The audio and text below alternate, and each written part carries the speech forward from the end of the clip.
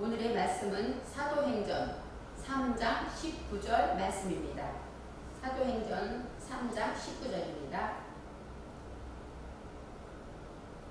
그러므로 너희가 회개하고 돌이켜 너희 죄 없이 함을 받으라.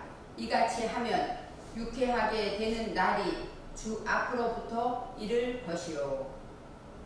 한 번 더 봉독하겠습니다.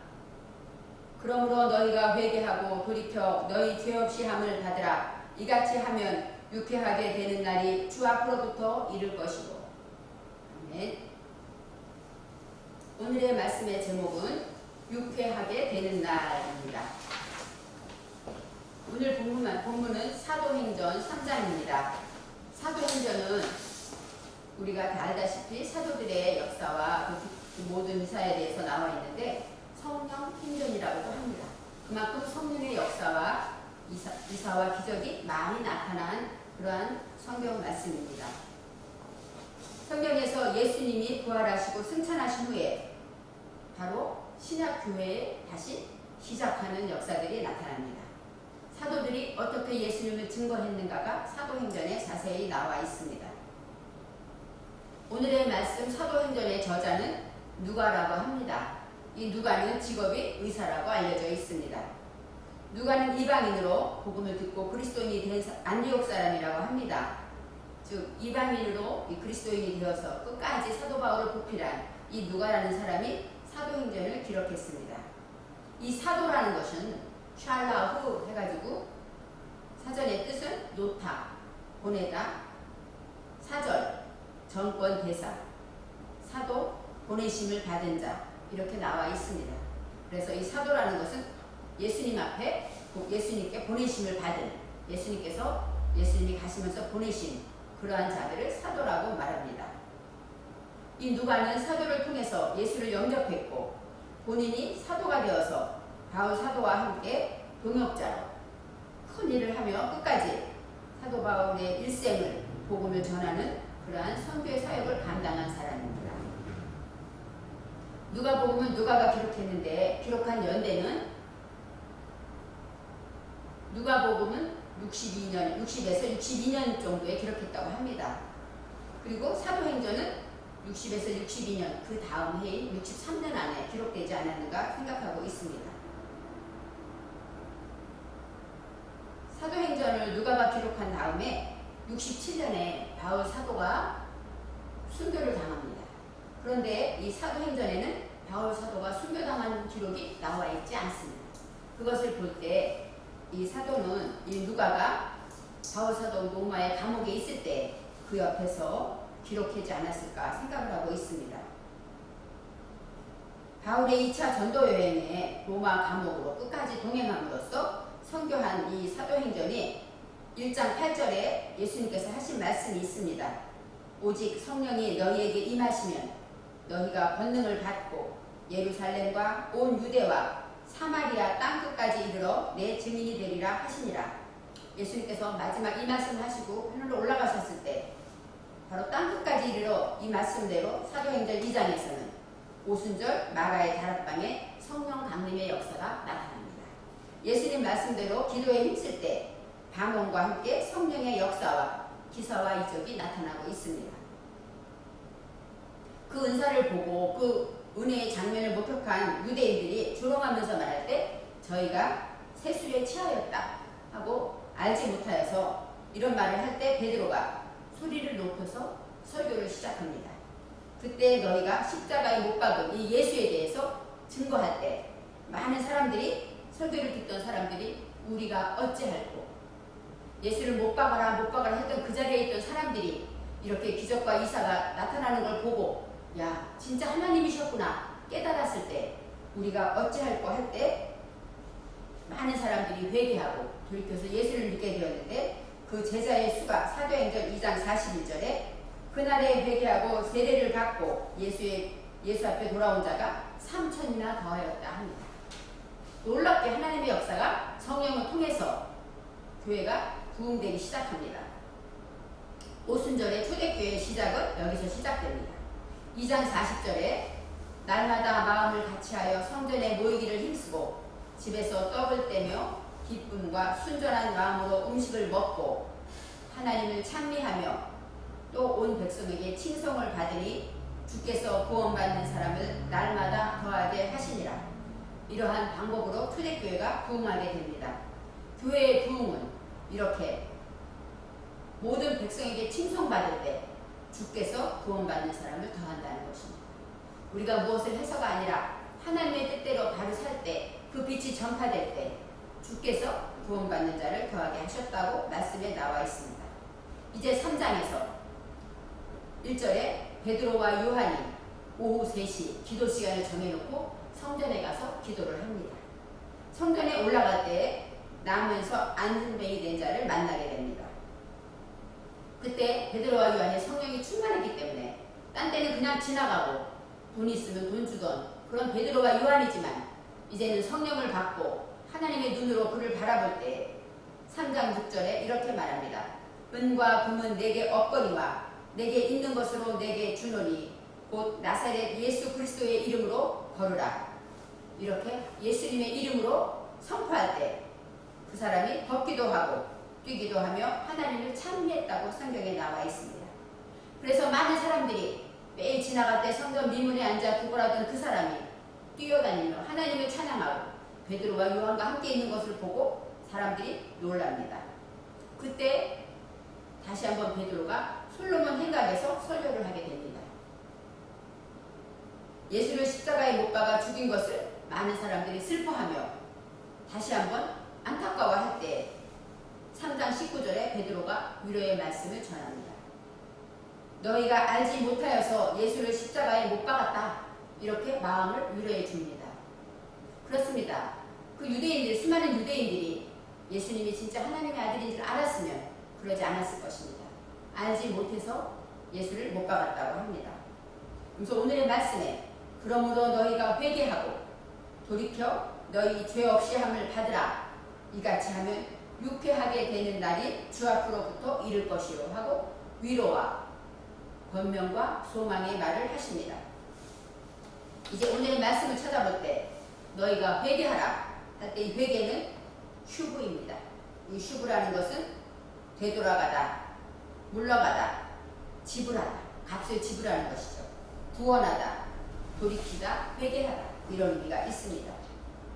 바로 이 회개하다는 것은 하나님 말씀을 정말로 내 속에서 받게 되면 나의 무지를 하나님께 내려놓고 다시는 하지 않는 것이 회개라고 합니다. 우리는 회개하고 또 그것을 또 지키지 못하는 많은 실수를 범하는데 진정한 회개는 돌이킨 다음에 다시는 그것을 쳐다보지 않는 것이 진정한 회개라고 합니다. 자, 이제는 그러므로 너희가 회개하고 돌이키다는 것은 어떤 뜻이냐? 마하라고 나오는데 그것은 쓰다듬다, 문지르다, 그 다음에 지우다, 기름치다, 다다르다, 패하다, 없애다. 그러니까 돌이켰다는 것은 바로 회개를 했으면 그 마음을 쓰다듬고 또 그것을 지워버리고 그 다음에 부드럽게 기름치다. 그 다음에 하나님 앞에 정말로 나의 모든 그 죄를 파괴해버리는 것, 그것이 바로 돌이키는 것이라고 합니다. 우리의 회개의 역사가 바로 여기에 있지 않을까 합니다. 그럴 때 너희가 회개하고 돌이켜 너희 죄 없이 함을 받으라고 합니다. 이 죄는 무엇일까요? 우리는 죄를 하타라고 합니다.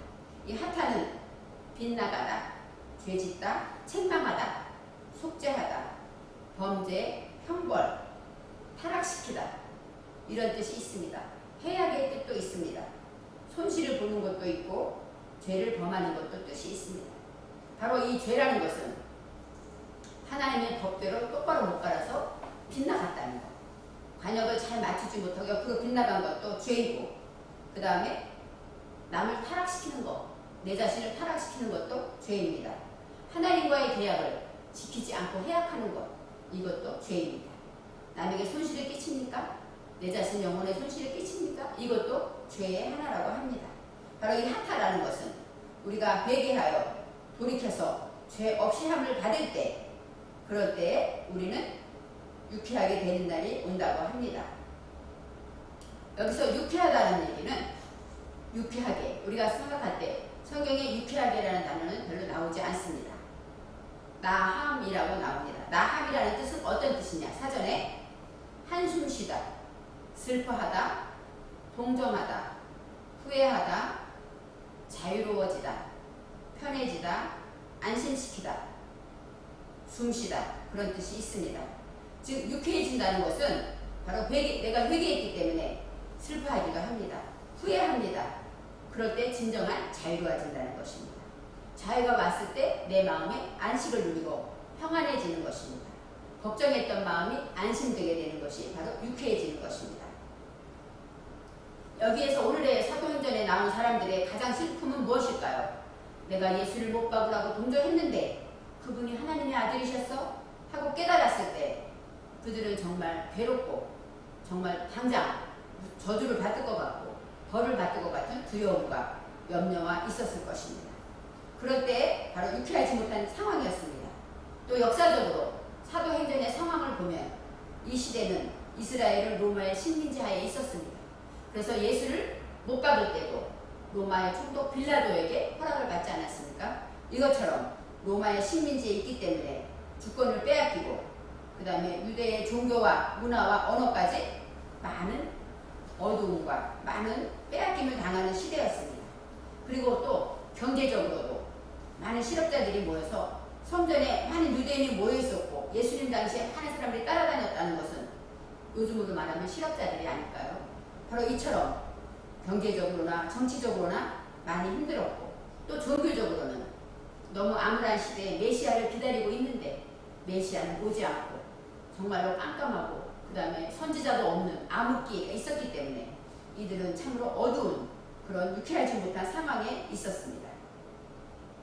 그런 상황을 초대교회적인 상황을 생각해 보면서 요즘의 우리를 다시 한번 생각해 보게 되었습니다. 요즘에 우리도 정치와 경제와 사회와 문화가 많이 피폐해져 가고 있습니다. 요즘은 더군다나 코로나19로 인해서 서로 악수도 못하고 서로 만나기도 어렵고 서로 뛰어 앉아야 되고 모임도 폐하고 먼저 교회가 예배를 마음껏 모여서 못 드리고 학교도 가지 못하고 이렇게 모든 사람들이 온 세계 사람들이 살얼음을 걷고 있는 하루하루입니다.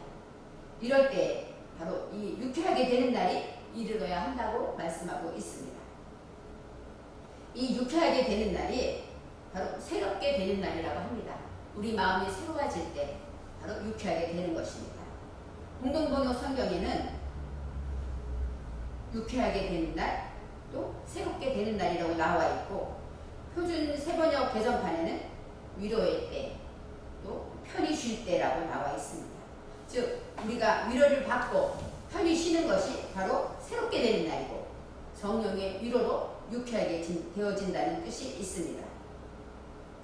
이제 유쾌하게 되기 위해서 베드로가 제일 먼저 하는 일이 1번이 회개하라입니다. 17절에 너희가 알지 못하여 그리했으며 너희 관원들도 그리한 줄 아노라. 여러분 이 관원들은 예수를 진짜 못 박은 사람이 아닙니까? 예수를 때리고 이런 사람들까지 베드로는 위로를 합니다. 알지 못해서 그랬다 이렇게 말을 합니다. 그러면서 회개하여 돌이켜 새롭게 되어야만 유쾌한 날에 이른다 이렇게 말씀하십니다. 그처럼 우리는 하나님 안에서 염려와 근심이 있으니까 우리는 유쾌하지 못한 것입니다. 작은 일에 깜짝 놀라며 두려워합니까? 하나님을 온전히 믿지 못하는 것입니다. 바로 그러할 때 우리는 회개해야 하는 것입니다. 두 번째, 성령으로만 새롭게 된다는 것입니다. 회개할 때 우리는 성령의 역사가 있는 것입니다. 사도행전 2장에 오순절 다락방에 모여서 성령으로 간절히 기도할 때 성령이 나타났던 것은 그들이 회개했기 때문입니다. 저도 예수를 영접할 때 진짜 회개할 때 성령의 역사와 체험을 받았습니다. 이처럼 새롭게 될 때는 성령의 역사입니다. 새롭게 되다. 오늘 나함이라는 것은 숨쉬다, 한숨 쉬다, 또 위를 향하여 숨을 쉬다 이런 뜻이 있습니다.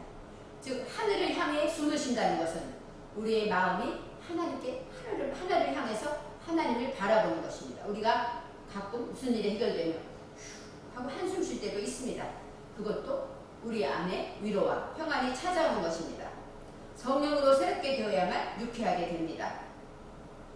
사람이 세상에 살아갈 때에는 성경에서는 이생의 자랑과 육신의 정욕과 안목의 전욕으로 이런 정욕 때문에 남과 비교하며 또 열등감에 빠지고 남을 또 판단하며 이렇게 죄를 짓고 상처를 받기도 합니다. 그렇지만 하나님이 기뻐하시고 성령이 함께하는 사람은 위를 보는 사람입니다. 위를 향하여 하늘을 올려다보며 하나님을 바라보며 하나님 앞에 숨을 쉬는 호흡하는 사람이 바로 성령 충만한 사람입니다. 이 성령은 루아후입니다. 즉 성령 하나님의 숨결로 그 영 바로 하나님의 숨을 쉬는 자가 성령의 사람입니다. 하나님의 숨결로 호흡하는 자의 마지막 숨이 무엇일까요? 잘 생각해 보세요. 성령이 충만한 자가 마지막 숨을 쉬면 우리는 어디로 갑니까? 영원한 천국으로 가는 그 길을 가는 숨이 됩니다. 저는 그런 생각을 하면서 우리가 끝까지 성령 안에 호흡하고 숨을 쉬다가 마지막에 그 숨을 쉴 때 우리는 주님께로 가는구나 이런 생각을 했습니다. 우리는 날마다 숨을 쉬지만 무엇을 향하여 숨을 쉬는가 항상 생각해보며 나를 성찰해 볼 수 있는 믿음을 가져야 합니다. 예수를 믿어 회개하면 영원히 구원받아 유쾌함을 받습니다. 이 유쾌라는 것은 우리가 유쾌, 상쾌, 통쾌 많이 합니다. 유쾌라는 것은 마음이나 기분이 흐뭇하고 좋은 상태라고 합니다. 이 상쾌하다는 것은 마음이나 기분이 아주 시원하고 거뜬하다. 그런 뜻으로 우리 목욕구에 상쾌하다라고 말하죠. 개운하다. 이런 뜻을 말합니다. 또 통쾌하다. 통쾌라는 것은 다 같은 뜻이지만 고민이나 불평 또 남의 불만스러운 문제들이 잘 해결되고 풀릴 때 마음이 통쾌해지는 것입니다. 또 내게 고난이나 역경을 잘 이겨내고 승리했을 때 그 마음이 통쾌해지는 것입니다. 이처럼 유쾌, 상쾌, 통쾌해지는 이 길은 베드로의 설교에서 보다시피 회개하고 성령의 역사를 받을 때, 성령을 받을 때 일어나는 일입니다. 오늘 베드로가 설교한 이 말씀에 예수를 믿고 회개하면 우리 마음에 꿈에도 생각지 못했던 유쾌한 시간과 날과 깨달음이 온다는 것입니다. 유쾌하게 하는 날이라는 것은 깨달음입니다. 우리가 계몽되어서 깨달아질 때 우리 마음이 유쾌해진다는 것입니다. 또 유쾌하게 되는 날 이렇게 나옵니다. 이 되는 날이라는 것은 예메이 루아후입니다. 예메이라는 것은 바로 깨닫다는 뜻입니다. 근데 여기에 루아가 있습니다. 바로 성령이죠. 영으로 깨닫는 것입니다. 우리가 유쾌하게 된다는 것은 육신의 유쾌함이 아니라 내 영혼이 성령으로 거듭나서 깨달아질 때 진정한 유쾌한 시간이라고 말하고 있습니다. 그 다음에 주 앞에서 나옵니다. 주 앞에서 여기서 주는 신약성경에는 많은 주가 아도나이로 나오는데 여기서는 예후바로 나옵니다. 주가. 그래서 예후바는 무엇입니까? 지금 살아계신 하나님을 말합니다. 지금 나의 기도를 들으시고 지금 내 입에 말씀을 주셔서 전도하게 하시고 설교하게 하시며 듣고 깨닫게 하시며 이렇게 지금 역사하는 그런 여호와께서 바로 말씀하고 있습니다. 주 앞에서라는 것은 이 앞으로 오는 것은 페네이, 얼굴을 말합니다.